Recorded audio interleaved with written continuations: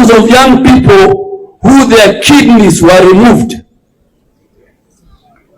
Some of them have disappeared. We have evidence.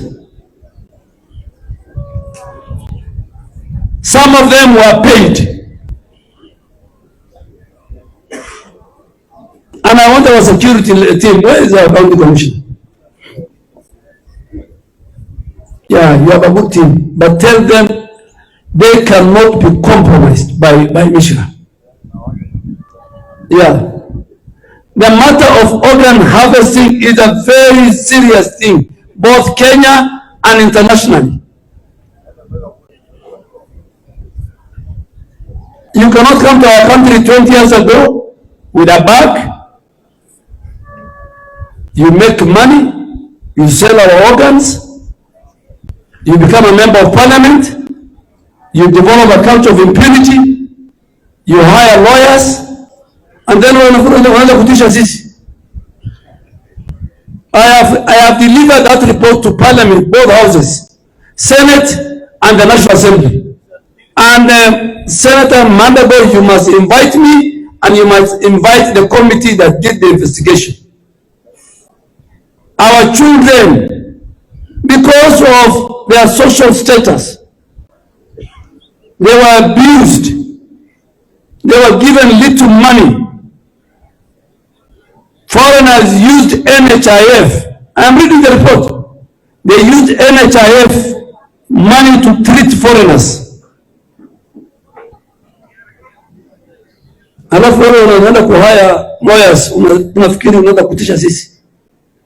If it means us revoking that citizenship, because your citizenship is not by birth.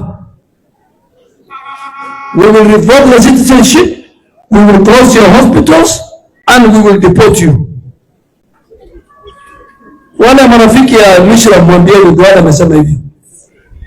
I'm sure there are many around.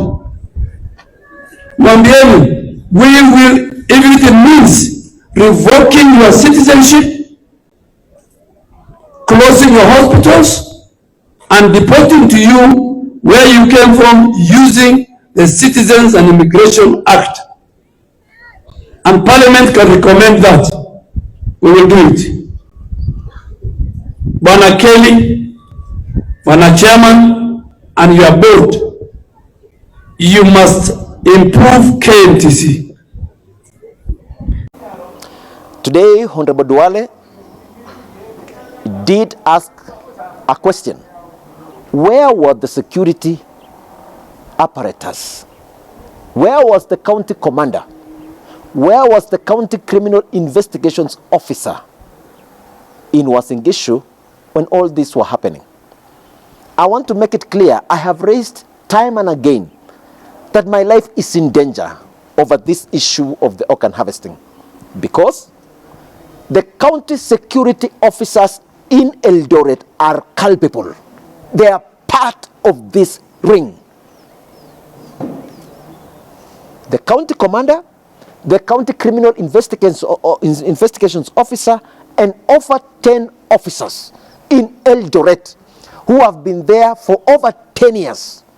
The county commander, the county criminal investigations officer, has been in Eldoret now to close to 6 years. And when you follow it behind, you will notice the county criminal investigations officer actually came from Kilifi, Shakahola. And there could be some connections between this illegal organ harvesting and the things that happen in Shakahola. And that is a wider investigations that along the course of time, we would want to know in any case. I looked at the Senate report on the issue of Shakahola, where there was no mention on the report of the pathologist or on the report of the county security officers of Kilifi as part of the critical evidence that would have been used in coming up with a credible report over the issue of the massacre and the death in mass numbers in Shakahola.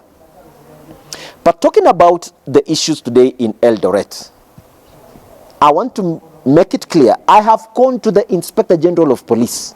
I have done letters. I have done the same to DIG. I have done the same to the CID, DCI.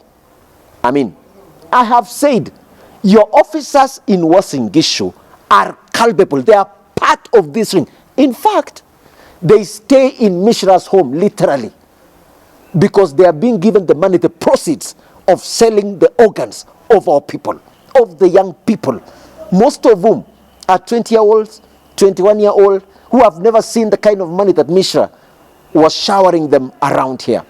Most of whom were lied to, that they would be paid 1.2 million shillings to sell their organs. Most of them ended up with less than 400,000 shillings. This is the grim reality. All of you that are watching me know, when you are a 20-year-old, yes, you could be an adult, above 18 years, but you don't have the strong capability to be able to make some of these critical decisions. When you are desperate for life, you are coming from a challenged background. Most of the targets were actually young people who come from the single parent families, and therefore these young people don't have anybody to defend them. And what will happen when they see a situation where you meet Mishra, promises you, he gives you 50,000 the first day, he promises you that I'll give you 1.2 million, they take your ID away, they give you a fake ID. Everything was fake, well designed, because they knew they were criminals. They are in the criminal elements in a criminal ring. They brought in many people from abroad to come and treat them here, most of whom did not actually know where was the source of the organs that they were being transplanted to. Finally, as I continue to make it clear that the county criminal investigations officer, the county commander of police in Uasin Gishu, and the over 10 officers, and those 10 officers are deadly. Those 10 officers who are working in cahoots with Mishra are deadly. There is even a time there was a threat to my own life as a member of parliament. I have spoken this time and again. They would not allow the young people whose organs have been illegally harvested to go and report in any police station in Eldoret, in Uasin Gishu, to report, to make an OB. This is how terrible they were. To do an OB is a right of every Kenyan. And so for you to be able to be denied until it had to take me and some leaders in Uasin Gishu, including Sholei, that we had to make a personal intervention in some of these police stations for these young people to go make a report. And therefore, the call that Mishra must first of all go to jail, and then from there, because it's clear he was not born in Kenya. He is by citizenship, is by registration. That citizenship must be withdrawn with immediate effect. And there are so many other Asians whom they were operating with here in Uasin Gishu that I know them one after another after another. I have a whole long list. They must all be brought to book as well. Some of whom were partners of Mishra, even in that hospital. And they benefited enormously on the blood of the young people here. For all of those that were involved, there are many who have come out who really need help. I'll be going to Parliament again, and I'm looking forward for us to start the investigation on the Committee of Health. I brought this matter in November last year.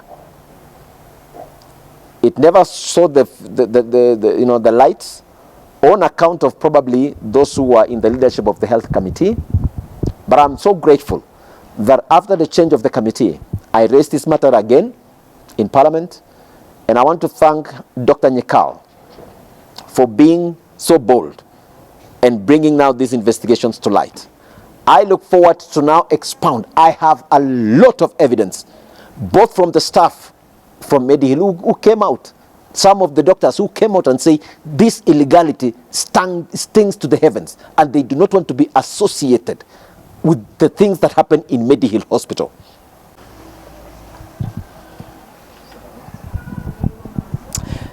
The illegal international organ harvesting is a global threat. And the things that happen in Shakahola has direct relationships with organ harvesting. To sell an organ for 50 million, 60 million Kenya shilling, some people would went off their morals to harvest in whatever form, even taking lives, for them to be able to sell other human beings. And I want to still make it clear that I still believe the investigations that was done by the Senate of Kenya about Shakahola. I want to call upon the Ministry of Health that you need to do again investigations, because I still insist there is a direct correlation between the deaths and the massacre in Shakahola with the organ harvesting rings. And I will be proven right over time that indeed those people who were killed in Mombasa, those who were murdered, those who were subjected, and there was a story about the occultic activities and those kinds of things. It was more than that. We want that report, a comprehensive report. As I indicated, the report that was done missed out on the report of the pathologist, the government pathologist who did the pathology of the bodies, and the security officers. It is not a coincidence that the DC, the current county criminal investigations officer, was actually the DCI in Kilifi when the deaths happened. It is not a coincidence that these people have been here for over 6-7 years. These officers who are here, and most of them came from Kilifi. At that time, Mishra was in the health committee, and he was a very powerful man, buying his way through. And I want to tell Mishra, you cannot t-shirt us. Even your legal officers, the lawyers who have been shouting all over and saying they want to sue us, we are ready for it. We will not be cowed down by your money or the money of anyone, in as far as they trample on the rights of the very young people we represent, because most of us were in that space in the past of struggling. And so you cannot come and try and think like you can intimidate us as leaders, I being one of them.